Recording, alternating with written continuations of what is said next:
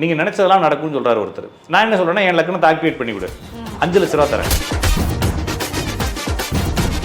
இப்போ லேட்டஸ்ட்டாக லோன் நிறைய கொடுக்குறாங்க இல்லைங்களா, அவவே வீடு வாங்கி வச்சுட்டு வீடு தான் காரணம் நினச்சிட்டு இருக்காங்க. இப்போ வீடுக்கும் வாழ்க்கைக்கும் தொடர்பு இல்லை. இப்போ செவ்வாய் பவராக இருக்கிறவங்க யாராக இருந்தாலும், உங்களுடைய நண்பராக இருந்தாலும் எதிரியாக இருந்தாலும் ஒதுங்கி போயிடுறது உங்களுக்கு நல்லது. அப்ப குரு எப்படி ஆக்டிவேட் பண்ணலாம், அதுக்கு ஏதாவது பரிகாரம்? குரு ஆக்டிவேட் பண்ணா எனக்கு அக்கௌண்ட்ல பணம் போட்டு விடுங்க, ஆக்டிவேட். ஓகே. யாருக்கெல்லாம் நிறைய அவமானம் வருதோ அவங்களுக்கு தங்கம் செய்யும். பிஹைண்ட் கோல்ட் நேயர்களுக்கு வணக்கம். இன்றைய நேர்காணலில் நம்மோடு இணைந்திருக்கிறார் ராஜநாடி கா பார்த்திபன் அவர்கள். வாருங்கள் பேசுவோம். வணக்கம் சார். வணக்கம்ங்க. நேரில் எனக்கு வணக்கம். காலையில் 4 மணிக்கு பிரம்ம முகூர்த்தத்திலிருந்து விளக்கேற்றி வச்ச ஐஸ்வர்யம் பெருகும் சொல்றாங்கல்ல. அப்போ இந்த இங்க போறாங்க பாத்தீங்கன்னா, இந்த கோயம்பேடு மார்க்கெட்ல கருவேப்பிலை போடுறேன் 3:30 எந்திரிச்சுக்கிறான் இல்லைங்களா. கோடீஸ்வரன்லாம் 4:45 எந்திரிச்சா விளக்கேற்றிக்கிட்டு இருக்கான். சொல்லுங்க, நீங்க சொல்லுங்க. இப்போ எலான் மஸ்க் இருக்கிறாரு, அவர் தான் இப்போதைக்கு லேட்டஸ்டா கோடீஸ்வரன் சொல்றாங்க. அவர் 4:30 எந்திரிச்சு விளக்கேற்றுறாருன்னு அவரு. அதாவது ஆசைப்படுங்க, என்ன பண்ணுங்க, ஆசைப்பட்டு பணக்காரனாக இருந்தால் ஜோசிகாரன் சொல்ற ஜோசிகாரன் எனக்கு தெரிஞ்ச ஒருத்தர் கோடீஸ்வரர் ஆகிறதுக்கு வழி சொல்லிட்டு இருக்காரு. நான் ஒரு டிவிக்கு அவருக்கு பேட்டி முடிச்சு அடுத்த பேட்டிக்கு நான் போறேன். அவரே பாவம் பழைய கிழிஞ்ச செட்டுக்கு காலர்லாம் கிழிஞ்சிருக்குது அவருக்கு இல்லைங்களா. நான் அவர் குறை சொல்ல, அவர் என்ன கன்வே பண்றாருன்னா ராங் இன்ஃபர்மேஷனை கன்வே பண்றாரு. அப்ப நான் சாதிக்கிறது தான் நான் சொல்ல முடியும். அப்ப இப்படி வருவோமே சார், உங்க ஜாத்துல தான் நடக்கும் சார் அப்படின்னு சொல்லிட்டீங்கன்னா பிரச்சனை இல்லைல்ல. ஆனால் இவர் என்ன சொல்கிறாருன்னா, எல்லாரையும் கோடீஸ்வரனாகிறது வழி சொல்கிறாரு. சரிதான் இல்லைங்களா. இந்த விளக்கு ஏற்றுங்க. அப்போ லக்னத்தை ஆக்டிவேட் பண்ணால் நீங்கள் நினச்சதெல்லாம் நடக்கும்னு சொல்கிறார் ஒருத்தர். நான் என்ன சொல்கிறேன்னா, என் லக்னத்தை ஆக்டிவேட் பண்ணிவிடு, 5 லட்ச ரூபா தரேன். நீ என்ன கஷ்டப்பட்டாலும் நீ 50 ரூபா 60 தான் ஜோசியம் பார்ப்பேன், இல்லைன்னா ஒரு 500 பார்ப்பேன். 5 லட்ச ரூபா தரேன் ஒரே ஜாதகத்துக்கு. ஆக்டிவேட் பண்ணிவிடு. என்னத்துக்கு ஆக்டிவேட் பண்ணால், எனக்கு வந்து மேப்பேஜ் GLS சரிங்களா, மெர்சிடிஸ் பென்ஸ் காரு வேணும், 4.25 கோடி ரூபா அந்த காரு எனக்கு வரட்டும், வீட்டுக்கு வரட்டும், உனக்கு 5 லட்ச ரூபா அக்கௌண்ட்டில் பணம் போட்டு வரேன்னு சொன்னேன். அப்போ புரிஞ்சுக்கிட்டீங்களா. அப்போ நீங்கள் நினச்சதெல்லாம் ஆக்டிவேட் பண்ண முடியாது. உங்களுக்கு என்ன பிராப்தம் இருக்கோ அது நடக்கும். அதை ஆக்டிவேட் பண்ணாலும் பண்ணாட்டினாலும் நடக்கும். எனவே இந்த குபேரனை கண்டுபிடிக்கிறது, ஜாதகத்தில் உங்களுக்கு குபேரன் எங்கே கண்டுபிடிச்சு தரேன்னு சொல்லுவாங்க. எந்த பக்கம் திருப்பி வைக்கணும்னு தருவாங்க. பீரோவே தேவையில்லையே, இப்போ அக்கௌண்ட்டில் பணம் போடுங்களேன். இப்போ எந்த பீரோவில் பணம் அப்படின்னு பீரோவில் பணம் வச்சுருக்கீங்களா நீங்கள்? இப்போ எல்லாமே அக்கௌண்ட்டுக்கு போயிடுச்சு. ஃபர்ஸ்ட் மாதிரி என்றது கூட கிடையாது, எல்லாம் ஜிபே ஆயிடுச்சு, UPI ஆயிடுச்சு. சிஸ்டமே டோட்டலாக சேஞ்ச் ஆகி போச்சு. இன்னும் இவங்க உட்காந்துட்டு குபேரன் ஆக்டிவேட் பண்ணுறேன், பீரோ திறக்கணும்னு ஊட்டிக்கிட்டு இருக்காங்க இல்லைங்களா. ஒருத்தர் என்ன சொல்கிறாருன்னா, மஞ்சள் கலர் பட்டு துணியில் கிராம்பு வாசனை திரவியங்கள்லாம் மடித்து பர்சுக்குள்ள வச்சா காசு. அதெல்லாம் பிரியாணி பொட்டலமா அது? பர்ஸா பிரியாணி வச்சுக்கிட்டு இருக்கீங்களா? ஓகே வைங்க, இன்னும் ஒரு 1/2 கிலோ கற்பூரம் வாங்கி போடுங்க. அதாவது வந்துங்க, இதெல்லாம் வந்து என்னன்னா வாசனை திரவியங்கள் சுக்கிரன், காரகங்கள் பிரிக்கிறோம் இல்லைங்களா. ஜோசியத்தில் காரகங்கள்னு பிரிக்கிறாங்க. வாசனை திரவியங்கள்லாம் சுக்கிரன்னு சொல்றோம். அப்ப வாசனை திரவியங்களை நம்ம வச்சுக்கிட்டோம்னா காசு வருன்றது பொய். அவரு அந்த சுக்கிரன் பலமானவர், வாசனை திரவியங்கள் சம்பந்தமான தொழில் செய்வாருன்னு சொல்லுங்க. அப்போ அவருடைய லைஃப் எப்படி போகுன்றதை நம்ம பண்ணலாம், பேசலாமே தவிர இதை நீங்கள் ஒரு மாதிரி பண்ணி நம்ம அது மாதிரி ஆக முடியாது. நிறைய பேர் பார்த்தீங்கன்னா அமாவாசைக்கு நைட்டு வந்து பூஜை பண்ணுங்க கோடீஸ்வரன் ஆகலாம். காரணம் என்ன, சேட்டு இப்படி பண்ணுறாராம். சேட்டு எவ்வளோ கஷ்டப்படுறான் தெரியுங்களா உங்களுக்கு. சேட்டு காலையில் எழுந்திரிச்சு சாப்பாடுக்கு பொட்டிலாம் கட்டிக்கிட்டு இப்போ பைக் எடுத்து போய் நைட் 12 மணிக்கெலாம் அங்கே படுத்தாங்கிறான். எல்லா கடையும் மூடிட்டாங்களா, அவன் மட்டும் திறந்து வச்சு உட்காந்துருக்கானா. அவ்வளோ பொறுப்புணர்வு இருந்தால் நீ சம்பாதிக்கலாம். நீ வெறும் அமாவாசைக்கு பூஜையை மட்டும் பண்ணி வீட்டில் உட்காந்து எப்படி காசு வருன்ற மாதிரி உங்கள் ஜாதகத்தில் இருந்தால் காசு வரும். நான் சொல்றது புரிஞ்சுட்டீங்களா. உங்கள் ஜாதகத்தில் இருந்தால் நீங்கள் பரிகாரம் பண்ண தேவையில்லை, பூஜையும் பண்ண தேவையில்லை, எதுவுமே பண்ண தேவையில்லை, காசு வரும். ஜாதகத்தில் இல்லாமல் விட்டா நீங்கள் அங்கேயே படுத்து கிடந்தாலும் உங்களுக்கு என்ன ஆகுது, வராது. சன்னியாச கோலம் போட்டு அவங்க அந்த உண்மையை கண்டறிஞ்சாங்க. ஆனால் நீங்கள் 300 ரூபாய் 400 ரூபாய் கொடுத்துட்டு நீங்கள் உங்களுடைய தன்மையெல்லாம் அலைஞ்சிடணும்னு நீங்கள் நினைக்கிறீங்க இல்லைங்களா. அன்னதானம் பண்ணுங்க, உருப்புற வேலையை பாருங்க இல்லைங்களா. ஊருக்கெல்லாம் உபதேசம் பண்ணுவான், வாழ்க வளமுடன்லாம் சொல்லுவான். ஆனால் தங்கச்சிக்கு வரக்கூடிய சொத்தனை ஆட்டையை போட்டுருவான். ஜாதகத்தில் செவ்வாய் அப்படின்ற கிரகம் வக்ரமாகவோ பரிவர்த்தனையாகவோ இருந்தால், அல்லது ஆட்சி உச்ச நீசம் பெற்றிருந்தாலும் சரி, இந்த 4 முள்ள செவ்வாய் இருந்தாலும் அவங்க வந்து அந்த பணத்தை வேற யாரை நம்பி முதலீடு செய்யக்கூடாது. சரிங்களா. இவங்க என்ன செய்கிறாங்கன்னா, ஷேரில் பணம் போடுறாங்க, அப்புறம் சீட்டு பிடிக்கிறாங்க, பார்ட்னர்ஷிப் வைக்கிறாங்க. இப்படிலாம் வச்சா லாஸ் ஆகும். இன்னொரு விஷயம், நான் போன 2-3 வீடியோக்கு முன்னாடி சொன்னது, வக்ரம் பரிவர்த்தனை விளிம்பு ஒரு ஜாதத்தில் நிறைய இருந்துச்சுன்னா அவங்களுக்கு பணம் வந்து ஒரு ஸ்டெபிலிட்டி நிறைய வரும், ஆனால் ஸ்டெபிள் பண்ண முடியாது. அப்போ அவங்க என்ன செய்யணும்னா, கொஞ்சம் பல்ல கடிச்சு ரிஸ்க் எடுத்து பேங்க்கில், கோல்டில், லேண்டில் இப்படி போட்டு வச்சு ஸ்டேபிள் பண்ணணும். இவங்க என்ன செய்வாங்கன்னா, அவங்க மைண்டு விடாது, திருப்பி எங்கேயாச்சும் போய் முதலீடுகள் செஞ்சுட்டே இருப்பாங்க. அப்போ பிறரை நம்பாமல் இருக்கிறது, பிறரை நம்பி கடன் கொடுக்காமல் இருக்கிறது, சீட்டு பிடிக்கிறது, வட்டிக்கு விடுறது, அதிக ஆசைப்பட்டு எங்கேயாச்சும் இந்த ஸ்கேமில் போய் மாட்டாமல் இருக்குது, இதெல்லாம் பண்ணால் கொஞ்சம் தப்பிக்கலாம். சனி வக்ரமானவங்களுக்கு ஒரு 35 வயசுக்கு மேலே நல்ல ஒரு இன்கம் வரும். அப்போ அந்த 35 வயசுக்கு மேலே கொஞ்சம் சேவ் பண்ணிட்டு வச்சிட்டாங்கன்னா ஒரு 58 வயசுக்குள்ள அதை செட்டில் பண்ணிக்கலாம் அப்படின்ற மாதிரி புரிஞ்சுக்கலாம். இந்த மாதிரி செவ்வாய் பவர் ஆகிட்டனாலே, செவ்வாய் பிரச்சனை இருக்கனால, இல்லைன்னா முருகனுடைய பேர் உங்கள் குடும்பத்தில் இருந்தாலும், ஏன்னா இந்த மாதிரி பேர் யார், வெற்றி, கீதா, ஜோதி, இந்த மாதிரி ஜெயந்தி, ஜெயா, இந்த மாதிரி பேர் யார் வீட்டில் இருந்தாலும் அவங்க வந்து என்ன செய்யணும்னா பணத்தை கொண்டு போய் எங்கேயும் முதலீடு செய்யாமல் யாரையும் நம்பாமல் இருந்தாங்கன்னா அந்த பணம் ஒன்றாக பத்திரமா இருக்கும். அப்படின்னா அதே மாதிரி இந்த குபேரன் நான் கூப்பிடுறது, லட்சுமிக்கு வசியம் பண்றது, இதெல்லாம் வந்து நம்மளே ஏமாத்திக்கிறோம். எந்த கிரகம் வந்து ஜாதகத்துக்கு ரொம்ப ஸ்ட்ராங்கா இருக்கணும்? இப்போ அப்படிலாம் இல்லைங்க, எல்லா கிரகத்துக்கும் வேல்யூ இருக்குங்க. இப்போ நம்ம உடம்புல வந்து என்ன ஆர்கன் ஸ்ட்ராங்கா இருக்குன்னு கேட்டால் எப்படி சொல்றது? அப்போ எல்லா கிரகத்துக்கும் வேல்யூ இருக்குது. ஒரு கிரகம் ஸ்ட்ராங் ஆனால் நெகட்டிவையும் செய்யறது நம்ம சரியாக புரிஞ்சுக்கணும். நிறைய பேர் என்ன நினைக்கிறாங்கன்னா ஒரு கிரகம் ஸ்ட்ராங் ஆனால் பவர்னு நினைக்கிறாங்க. இப்போ உதாரணத்துக்கு சுக்கிரன் ஸ்ட்ராங் ஆகணும்னு வைங்களேன். சுக்கிரன் என்னென்னத்துல ஸ்ட்ராங் ஆகணும் ஜோசியம் சொல்லுதுன்னா ஆட்சி பெற்றால். ஒரு ஜாதத்தை திறக்கிறப்ப சுக்கிரன் ஆட்சியாகவே இருக்குது அப்படின்னா ஸ்ட்ராங்னு சொல்கிறாங்க. சுக்கிரன் உச்சமாக இருந்தால் ஸ்ட்ராங் அப்படின்னு சொல்கிறாங்க. சுக்கிரன் வந்து குருவோட சேர்ந்துருந்தா ஸ்ட்ராங் அப்படின்னு சொல்கிறாங்க. சந்திரனால் பார்க்கப்பட்டா ஸ்ட்ராங்னு சொல்கிறாங்க. இது எல்லாமே நிறைய நெகட்டிவையும் கொடுக்கும். யாருக்கெல்லாம் சுக்கிரன் உச்சமாக இருக்கோ அந்த ஆண்களுக்கு எல்லாத்துக்குமே 29-30 வயசு ஆயிரம் கல்யாணம் வருது. யாருக்கெல்லாம் கல்யாணம் டிலே ஆகுதோ அவங்க ஜாதத்தில் சுக்கிரன் பலமாக இருக்கும். ஸ்ரீன்ற பேர் ஒரு வீட்டில் இருக்குன்னு வைங்களேன், சுக்கிரனுடைய பேர் ஸ்ரீ. அடுத்து செல்விங்கிற பேர், லக்ஷ்மிங்கிற பேர், கண்ணன்கிற பேர், திருங்கிற பேர், இது எல்லாமே சுக்கிரனுடைய பேர். இதெல்லாம் ஒரு வீட்டில் இருந்தால் அந்த குடும்பத்தில் இருக்கக்கூடிய ஆண்கள் எல்லாத்துக்குமே கல்யாணம் டிலே ஆகும். அப்போ ஒரே ஒரு சுக்கிரன் பலமானதுனால 9 பேர் பிரச்சனை ஆக்கிடுச்சுன்ற மாதிரி ஒரு கிரகம் பலமானால் அதோட நெகட்டிவும் நடக்கும். காரணம் என்னன்னா நம்மளுடைய பிறப்பே ஏதோ ஒரு பிரச்சனையை அனுபவிக்கிறதுக்காக தான் பிறக்குதுன்னு சொல்லி நம்மளுடைய முன்னோர்கள் நம்மளுடைய ஆன்மீகம் சொல்லுது. எதுக்குன்னா நம்ம இங்கே ஏதோ ஒரு பர்பஸ்க்காக வந்திருக்கிறோம். ஏதோ ஒரு விஷயத்தினுடைய தொடர்ச்சியை நீங்கள் அனுபவிக்கிறதுக்காக வந்திருக்கிறீங்க. இந்த இடத்துல என்ன செய்ய முடியாது, உங்களால் தப்பிக்க முடியாது. அப்போ இந்த இடத்துல அனுபவ பொருள் என்னன்றது தான் ஜாதகம் சொல்லும். அப்போ நீங்கள் இதை அனுபவிக்கிறதுக்காக தான் பிறந்திருக்கீங்கன்னா நீங்கள் அதை அனுபவிச்சு தான் ஆகணும்.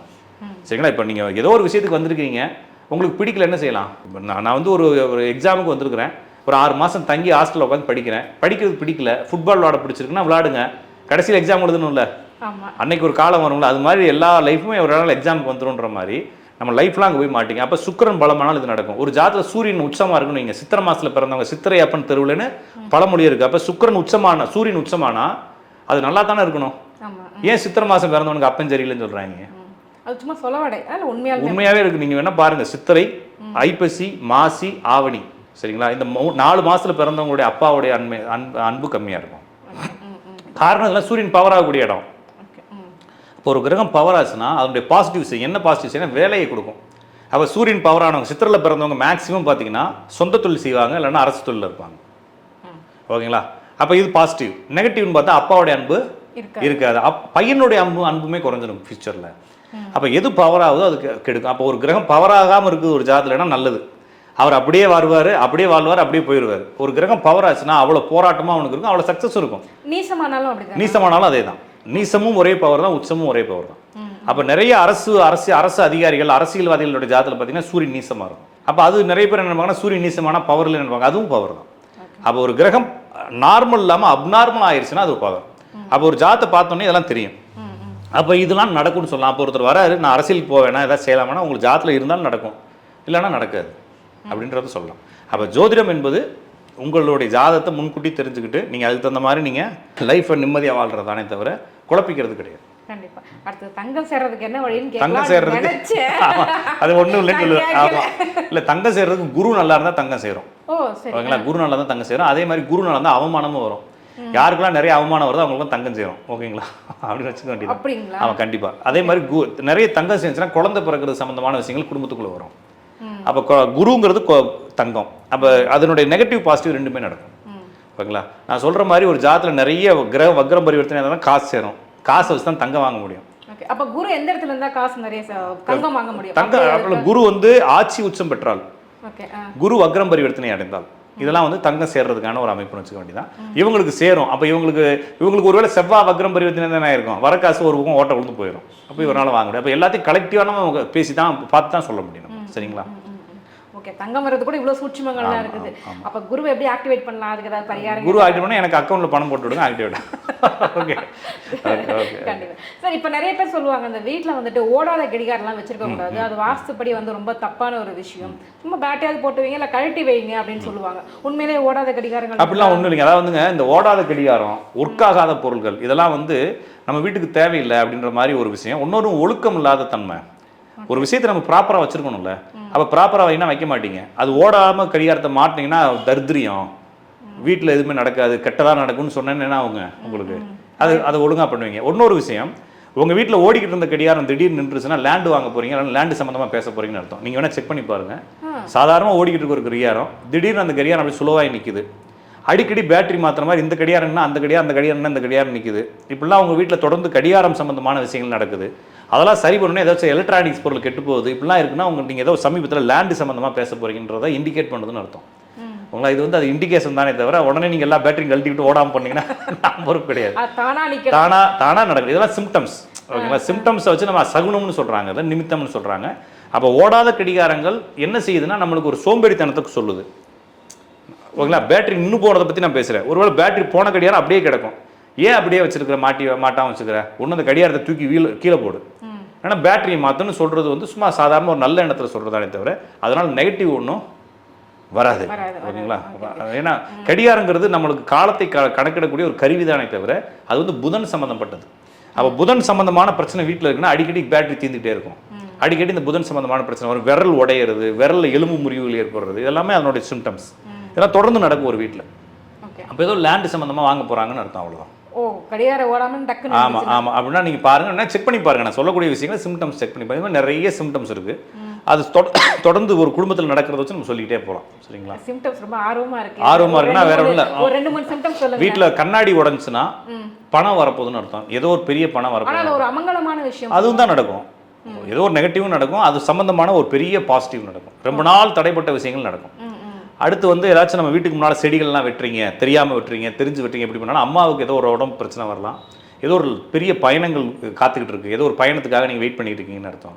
இது மாதிரி நான் உடனே யோசிச்சுலாம் சொல்ல முடியாது. இப்போ சொல்ல ஓகேங்களா? அப்போ இது மாதிரி சின்ன சின்ன விஷயங்களை நம்ம பேசலாம். திருமணம் கூடி வருதுன்னா ஏதோ ஒரு பெரிய நீங்கள் சொன்ன இந்த தங்கம் வாங்குறது, ஏதோ ஒரு பணம் வர வேண்டிய பணம் வருது, இந்த மாதிரி விஷயங்கள்லாம் வந்துச்சுன்னா ஏதோ வீட்டில் திருமண காரியங்கள் நடக்க போகுதுன்னு அர்த்தம். இதெல்லாம் நம்ம புரிஞ்சு அதுக்கு இதுக்கு சம்மந்தம் இல்லைங்க. சில இடங்களில் காட்டில் போய் வீடு கட்டினா குழவி கூடு கட்டத்தான் செய்யும். சரிங்களா?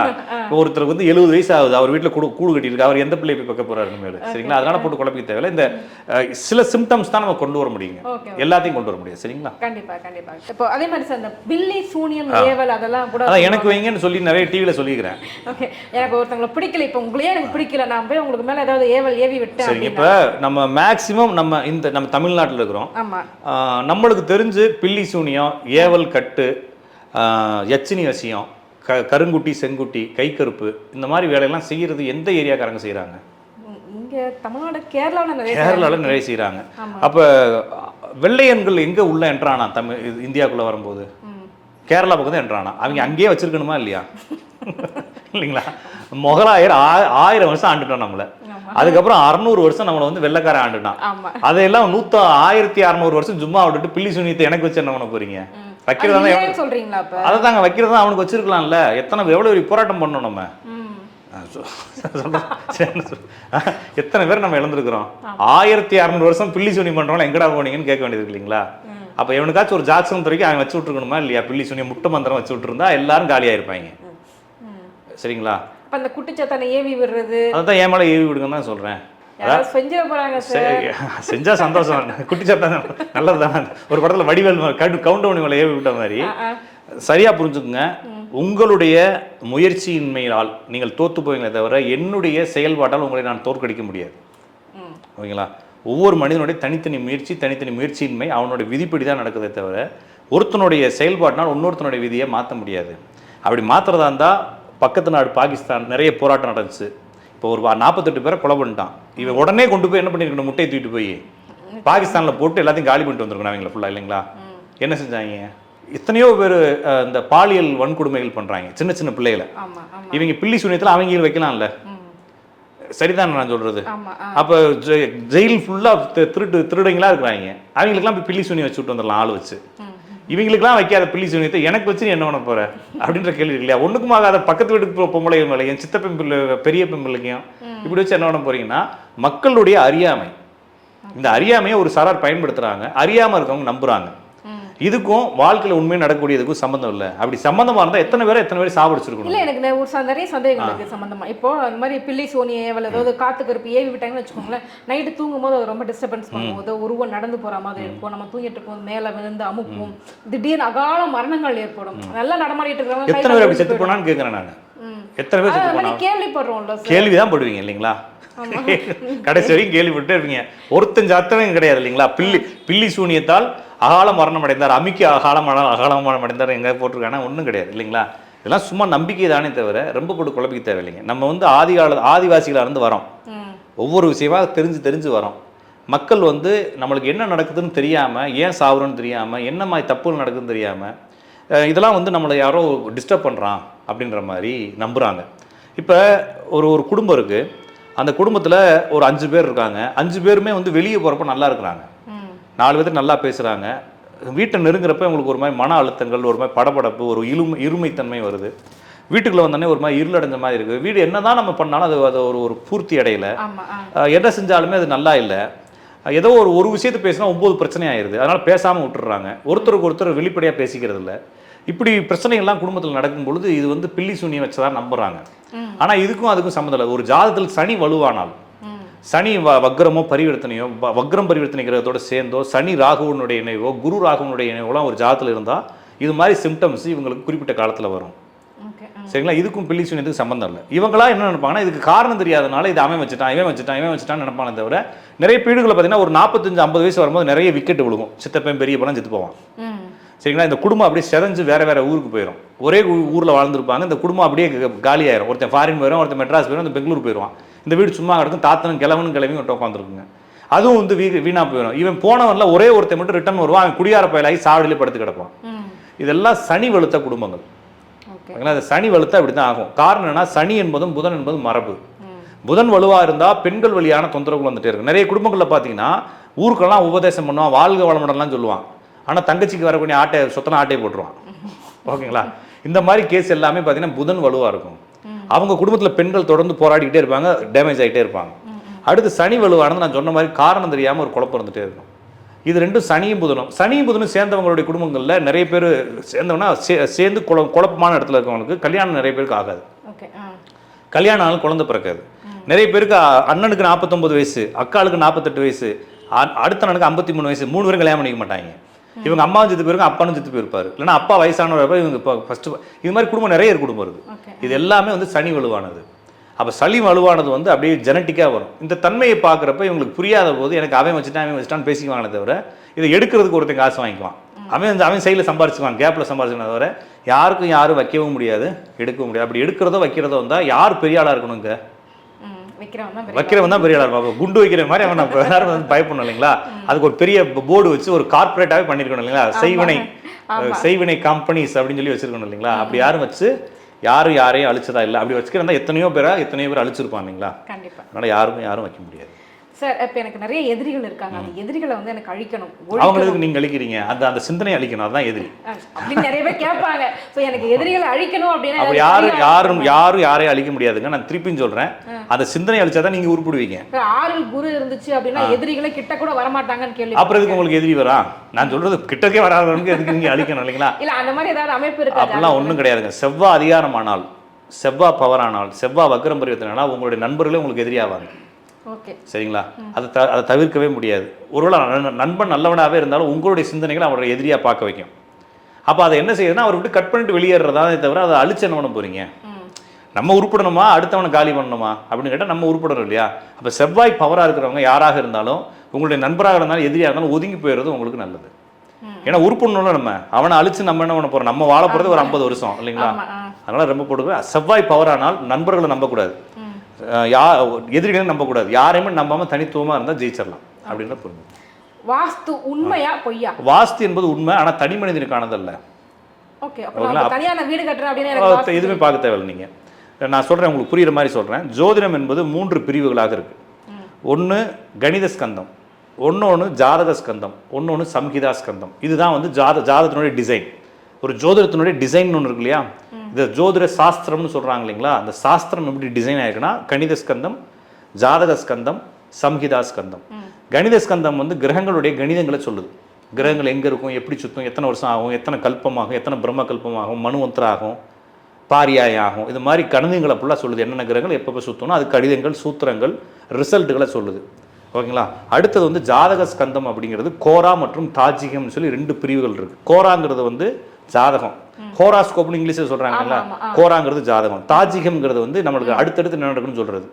சம்ஹிதா ஸ்கந்தம்ங்கிறதுக்கும் தனி மனிதனுக்கும் சம்மந்தம் இல்லை. சம்ஹிதை அப்படின்னு சொல்லுவாங்க. சம்ஹிதைனா முண்டேனே அஸ்ட்ராலஜி, என்விரான்மெண்டல் அஸ்ட்ராலஜின்னு சொல்கிறாங்க. இது வந்து சமூக ஜோதிடம் சொல்கிறாங்க. அப்போ தனி மனிதனுடைய என்னுடைய விதி அப்படிங்கிறது, நான் எந்த வீட்டில் வாழ்ந்தாலும் நாசமாக போவேன்னு என்ன ஆயிடுவேன், நாசமாக போவேன். ஒருவேளை நான் எந்த வீட்டில் வாழ்ந்தாலும் நான் தெருவில் வாழ்ந்தால் கூட நல்லா இருப்பேன்னா நல்லா இருப்பேன். அப்போ என்னுடைய விதிப்படி தான் என்னுடைய வாழ்க்கை நடக்கும்போது நான் எந்த இடத்துல வாழ்ந்தாலும். ஆனால் பொது காரியங்கள், ஒரு கோயில் கட்டுறது, ஒரு ரயில்வே ஸ்டேஷன் ஆரம்பிக்கிறது, ஒரு பொது மண்டபம் கட்டுறது, ஒரு கிணறு தோன்றது, ஒரு டேம் கட்டுறது, இதெல்லாம் வந்து யாருடைய ஜாதகங்க? யாருக்குமே இல்லை. அது வந்து பொதுவான மக்களுக்கானது. இது வந்து சம்ஹிதா ஸ்கந்தம்ன்ற ஒரு பிரிவுக்குள்ளே வருது. இதுக்குள்ள வாஸ்து இருக்கு. இப்போ வாஸ்து இங்கே வரணுமா இல்லையா? ஜாதக ஸ்கந்தம்ன்ற என்னுடைய தனிப்பட்ட இதில் வரல. இது வந்து பொதுக்கு அந்த இதில் இருக்கனால இது வந்து பொதுவானது. என்ன அதில் என்ன பண்ணணும், ராஜாவினுடைய அரண்மனை எப்படி இருக்கணும், சிப்பாய்களுடைய கூட்டம் எப்படி இருக்கணும், மந்திரியுடைய வீடு எப்படி அமைக்கப்பட்டிருக்கணும், மந்திரியினுடைய முற்றம் எப்படி இருக்கணும், இவங்கெல்லாம் கூடியிருக்கக்கூடிய அரண்மனை எப்படி இருக்கணும், இந்த சபை எப்படி அமைக்கப்பட்டிருக்கணும், இது மாதிரி பொது மண்டபங்கள்லாம் எப்படி அமைக்கப்பட்டிருக்கணும், ஒரு டிசைன் இருக்கு. அப்போ இங்கே நீங்கள் போலீஸ் ஸ்டேஷனுக்கு போனாலும், திருநெல்வேலி போலீஸ் ஸ்டேஷன் போனாலும் ரெண்டும் ஒரே பில்டிங்காக தான் இருக்கும். போலீஸ் அந்த இன்ஸ்பெக்டர் அங்கே ஆய்வாளர் அதே இடத்துல தான் உட்காந்துருப்பார். காரணம் என்னன்னா, இது வந்து பொதுவான விஷயம். எந்த ஊருக்கு போனாலும் அந்த டிசைன் அப்படியே இருந்துச்சுன்னா மக்கள் அணுகிற மக்களுக்கு என்னவா இருக்கும், குழப்பம். அதுக்காக இவங்க பண்ணாங்க. அப்போ இதை கொண்டு வந்துட்டு இந்த பக்கமாக திரும்பி உட்காந்து டாய்லெட் போ, இந்த பக்கமாக திரும்பி உட்காந்து பாத்ரூம் போன்னு சொல்லி நம்மளை கோடீஸ்வரன் ஆக்குறேன், அதை பண்ணுறேன், இதை பண்ணுறேன்னு சொல்லி ஒன்றும் ஆக போகிறதில்ல. எதுவுமே இடிக்கலாம் தேவையில்லை. உங்களுக்கு ரொம்ப கஷ்டமா இருக்கு, அவ்வளோ எதுவுமே பண்ண தேவையில்லை. உங்களுக்கு ரொம்ப கஷ்டமா இருக்குது அப்படின்னா ஈஸியான மெத்தடு வாஸ்துலே சொல்றாங்க. கண்ணாடி ஒன்று மாட்டி விட்டுருங்க நிலைக்கு நேரம் அப்படின்னு சொல்லி சும்மா சொல்றாங்க. அதுவும் நான் பொய் தான். உங்களுக்கு விதி தான் நடக்கும். இருந்தாலும் உங்களுக்கு மன திருப்திக்காக எதாவது செய்யறதுனா பண்ணிக்கலாம். ஒரு வீடு ஒரு மனிதனுடைய வாழ்க்கையை மாற்றாது. ஒரு மனிதனுடைய விதிப்படி தான் அவனுடைய வாழ்க்கை நடக்கும். ஏன்னா இப்போ என்ன பிரச்சனைனா, நான் இப்போ ஒரு வீட்டுக்கு போகிறேன், போய் ஒரு 5 வருஷத்துக்குள்ள பிரச்சனை வருது. அப்போ என்ன நினைக்கிறேன், நான் ஒரு 25 வருஷமா ஒரு வீட்டில் இருக்கிறேன், இப்போ பிரச்சனை வந்துச்சுன்னா என்ன நினைப்பேன், விதி வேற என்ன பண்றது, விதி ஏன் கெட்ட நேரம் சொல்லுவாங்க. அப்போ என்னன்னா பிரச்சனைனா, இப்போ எல்லாரும் நிறைய பேர் வீடு வாங்கிட்டாங்க. நான் சொல்ல புரிஞ்சுக்கிட்டேன்னா, ஒரு காலத்தில் என்னவா இருந்துச்சு, எங்கள் தாத்தாவுடைய வீடு வந்துச்சு எனக்கு, எங்கள் அப்பாவுக்கு. எனக்கு எங்கள் அப்பாவுடைய வீடு, எங்கள் தாத்தாவுடைய வீடு எனக்கு வந்துச்சு. எனக்கு வீடு மாறவே இல்லை. எங்கள் வீடு 450 வருஷம் வீடு. அப்போ எனக்கு எந்த பிரச்சனை வந்தாலும் நான் எண்ணத்தில் போய் முட்டிக்குவேன். வீடு காரணம் இல்லை, என்னுடைய விதி காரணம்னு சொல்லியிருந்தேன். ஆனால் இப்போ லேட்டஸ்ட்டாக லோன் நிறைய கொடுக்குறாங்க இல்லைங்களா, அவவே வீடு வாங்கி வச்சுட்டு வீடு தான் காரணம் நினச்சிட்டு இருக்காங்க. இப்போ வீடுக்கும் வாழ்க்கைக்கும் தொடர்பு இல்லை. வீடு வாழக்கூடிய இடம். உங்களுக்கு எதுக்காக நான் வாஸ்து நல்லா இருக்குது, வாஸ்து பார்க்கலான்னு சொல்கிறேன்னா, இந்த வீட்டை வாங்கி நீங்கள் என்ன செய்ய போகிறீங்க, ஒரு வேளை இன்கேஸ் நீங்கள் லேண்டு வாங்குறீங்க, என்ன செய்யலாம். இப்போ சென்னையில் நான் லேண்டு வாங்குறேன், ஒரு ஃபியூச்சரில் என்ன செய்வீங்க, அதை வீடு கட்டவே இல்லை, கடையை கட்டி வாடகை. நீங்கள் ஃபியூச்சரில் இன்னும் ஃபியூச்சரில் தெரியலையே, கவர்மெண்ட்டே ஆட்டை விடலாம். இல்லை இல்லை, யாருக்கோ விற்கலாம். ஒன்று நம்ம விற்கலாம், இல்லைன்னா உங்களுடைய குழந்தைகள் விற்கலாம் இல்லைங்களா. அப்போ குழந்தைகள் விற்கும்போது அந்த குழந்தைய விற்கிறப்ப அதில் வாஸ்து இல்லாத போது அந்த குழந்தைய விற்கிறப்ப கஷ்டப்படுவாங்க. அதுக்காக வேணா நீங்கள் வாஸ்து பார்த்துக்கணும். நான் சொல்றது புரிஞ்சுக்கிட்டீங்களா. இப்போ நான் ஒரு வீடு கட்டுறேன், அந்த வீடை நான் என்னைக்கோ ஒரு நாள் விற்க வேண்டிய அவசியம் வந்துச்சுன்னா விற்கணும். நான் பாட்டுக்கு என் இஷ்டத்துக்கு கட்டி வச்சுருந்தா எவனும் வாங்க மாட்டான். அதுக்காக வேணா பேசிக் வாஸ்து பார்த்து கட்டிங்க, அதில் இடிக்கலாம் தேவையில்லை. ஒருவேளை வீட்டை வாங்கிட்டீங்க, இடத்த வாங்கிட்டீங்க அப்படின்னா இனிமேல் இடிச்சு என்ன பண்ண போறீங்க, ஒன்றும் நீங்கள் வாழ்ந்துருங்க, வாங்குறவன் இடிக்கட்டும் அப்படின்ற மாதிரி. வாஸ்து என்பது ஜாதகம் சரியாக இருந்தால், வாஸ்து புருஷன் வீட்டில் வேற வீட்டில் இருந்தாங்கன்னா, ஒருவேளை ஜாதகம் தப்பாக இருந்துச்சுன்னா வாஸ்து புருஷன் வீட்டிலே இப்போ வாடகைக்கு இருந்தால் கூட அவங்களால மீடியேறி வர முடியாதுன்னு புரிஞ்சுக்கலாம். ஏன்னா வாஸ்து என்பது பொது காரியங்களுக்கானது. அப்போ வாஸ்து சரியில்லைனா கேன்சர் வரும், கணவன் மனைவி பிரிஞ்சிருவாங்க. வாஸ்து நல்லா ஆமாம், வாஸ்து நல்லா இருந்தாலும் கேன்சர் வரும், வராட்டினாலும் கேன்சர் வரும். ஓகேங்களா. எனக்கு தெரிஞ்ச ஒரு ஜோசிக்காரர், பேரெல்லாம் சொல்லலை, வாஸ்து இந்த இடத்துல இந்த பில்டிங் கட்டினதுனால அவங்க வீட்டுக்காரர் அகாலம் மரணம் அடைஞ்சிட்டாருன்னு சொல்லிக்கிட்டே இருந்தார். கொஞ்ச நாள் கழிச்சு அவரே செத்து போயிட்டார் ஹார்ட் அட்டாக்ல. அவர் ஒழுங்காக கட்டியிருக்கனாலே பாத்ரூம்.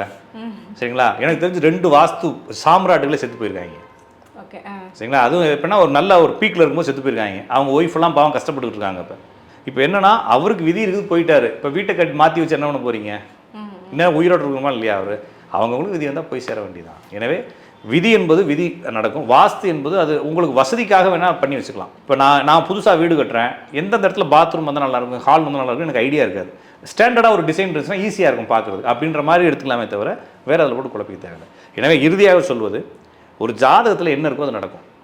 நீங்கள் என்ன தளரானாலும் அது மாறவே மாறாது. அது எனவே நம்மளுடைய விதியை மாற்ற முயற்சி செய்யாமல், ஒரு லேடி ஒருத்தவங்களுடைய வீடியோ பார்த்தேன், 13,000 ரூபாயில் குடும்பம் நடத்தி 1000 ரூபா ஆர்டி போடுறாங்க. அதில் அப்போ மொத்தம் 12,000 ரூபாயில் குடும்பத்தை நடத்தி அந்த 12,000 ரூபாயில் காசு எடுத்து வச்சு வருஷத்துக்கு அவங்க வீட்டுக்காரருக்கு பிறந்த நாளைக்கு சினிமா போகிறது, இந்த அம்மா பிறந்த நாளைக்கு சினிமா போகிறது, பிள்ளை பிறந்த நாளைக்கு சினிமா போகிறதுக்கு காசு ஒதுக்கி வச்சு அதெல்லாம் இல்லாமல் 1000 ரூபா தனியாக ஆர்டி போட்டு 13,000 ரூபா அழகாக குடும்பம் நடத்துகிறாங்க.